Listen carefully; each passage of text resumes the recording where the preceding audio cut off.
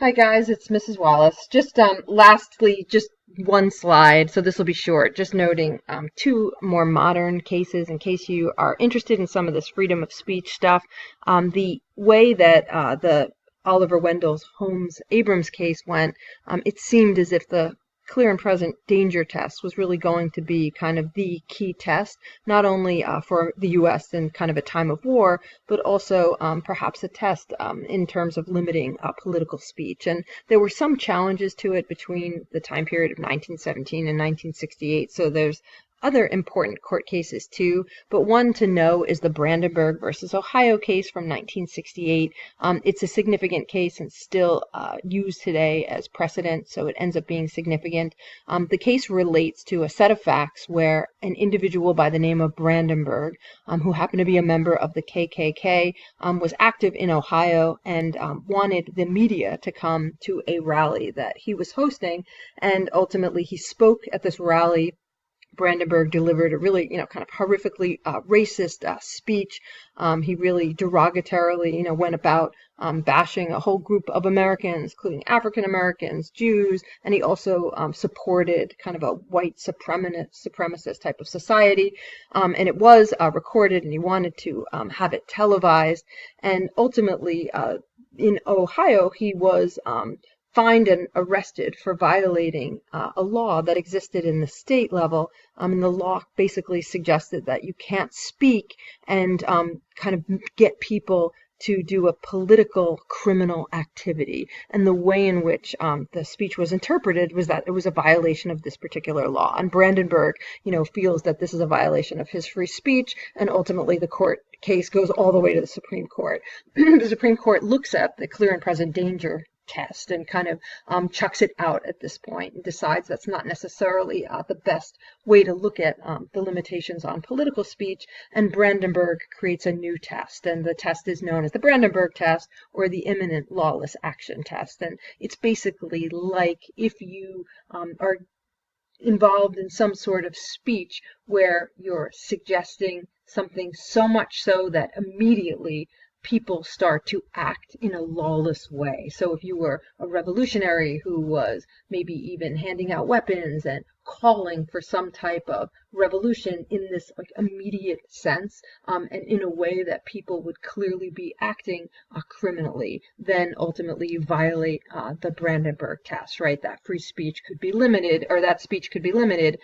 Otherwise, belief systems that people disagree with or ideas that are just disliked are not in and of themselves necessarily grounds for being banned, right? Or being, kind of held to be limited. So the Brandenburg test kind of elevates free political speech in a certain sense, and that even ugly speech. And this is where we see maybe there are groups that are marching in parades, such as the KKK, or different groups that get to speak on college campuses that are public campuses, or different things like that, because ultimately it's the Brandenburg case that's kind of protecting them. And this is where we see some of the questions related to maybe the modern day. Are there other grounds for limiting political speech? And just to note one more modern case, the Holder versus Humanitarian Law Project. This one was in 2010.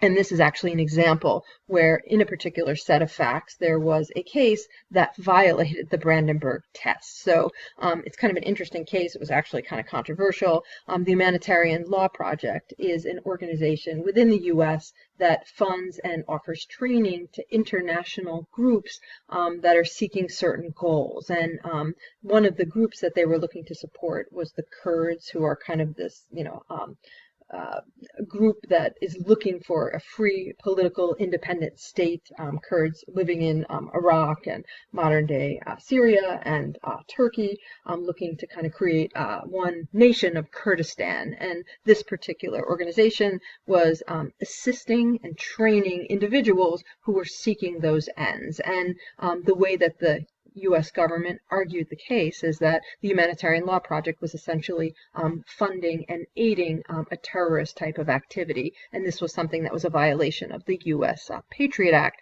where any organization in the U.S. was not allowed to contribute to something that could be perceived as terrorism. And so in this case, right, the Brandenburg test was actually applied if the Humanitarian Law Project created these material contributions and training and whatnot? Was there imminent lawless action about to kind of ensue? And in this case, the Supreme Court said yes, that could potentially happen, and kind of labeled essentially the efforts of the Humanitarian Law Project as terrorist activities. And a variety of different organizations were very concerned about this because it potentially put into play, is there now an opportunity for the U.S. government to limit the political speech of ideas they might be concerned about from a foreign policy sense? Like, do we then have kind of a oversight of the U.S. government on organizations that might choose to fund international projects, anything from, kind of one oppressed group or whichever, and that was seen as something that is a new kind of area for the U.S. government. But with the context of the Patriot Act and the war on terror in 2010, that's kind of where the country was at in this entire conversation that maybe started in World War I, and civil liberties and freedom of speech at that time kind of came to a whole new, heightened level in the time period of, the years after 9/11. And, we still see a lot of remnants of that today. In any case, the last thing I'll mention is that I'll put a op-ed that was in the newspaper this morning about the NFL and football players. It was an interesting op-ed piece because it draws on some of the same arguments of free speech and marketplace of ideas, and the way in which we might look at the context of free speech today.